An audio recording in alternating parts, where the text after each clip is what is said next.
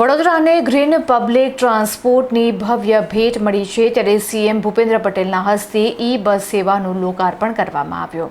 સંસ્કારી નગરી વડોદરાના નાગરિકો માટે પર્યાવરણને અનુકૂળ એવા ગ્રીન પબ્લિક ટ્રાન્સપોર્ટની નવી અને અદ્યતન સફરનો પ્રારંભ થયો છે. વડોદરાવાસીઓની સુવિધામાં વધારો કરવા માટે મુખ્યમંત્રી ભૂપેન્દ્ર પટેલ અને ગૃહ રાજ્યમંત્રી હર્ષ સંઘવીના હસ્તે પીએમ ઈ બસ સેવાનું ભવ્ય લોકાર્પણ કરવામાં આવ્યું છે.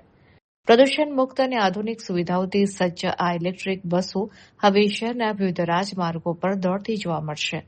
વડોદરા સ્માર્ટ સિટી પ્રોજેક્ટ અંતર્ગત ટ્રાન્સપોર્ટ કનેક્ટિવિટીને વધુ મજબૂત અને પ્રદૂષણ મુક્ત બનાવવાની દિશામાં પાલિકા અને સરકારનું આ એક ખૂબ જ મહત્વપૂર્ણ કદમ માનવામાં આવી રહ્યું છે. આ નવીનતમ ઇલેક્ટ્રિક બસ સેવા શરૂ થવાથી સ્થાનિક મુસાફરો માટે દૈનિક મુસાફરી વધુ સરળ, સસ્તી અને આરામદાયક બની રહેશે. ગુજરાત હંમેશાથી ગ્રીન અને ક્લીન એનર્જીના શ્રેષ્ઠ ઉપયોગમાં દેશભરમાં અગ્રેસર રહ્યું છે. આ ઈ બસ સેવા શરૂ થવાથી પ્રદૂષણમાં મોટો ઘટાડો થશે અને વડોદરા શહેરી પરિવહન ક્ષેત્રે એક નવા આધુનિક યુગની શરૂઆત થશે.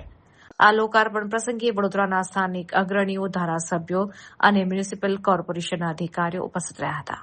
આ નવી બસો શરૂ થતાં જ શહેરીજનોમાં ભારે ઉત્સાહ જોવા મળ્યો હતો અને પ્રથમ દિવસે જ મોટી સંખ્યામાં લોકોએ આ ગ્રીન બસ સફરનો આનંદ માણ્યો હતો.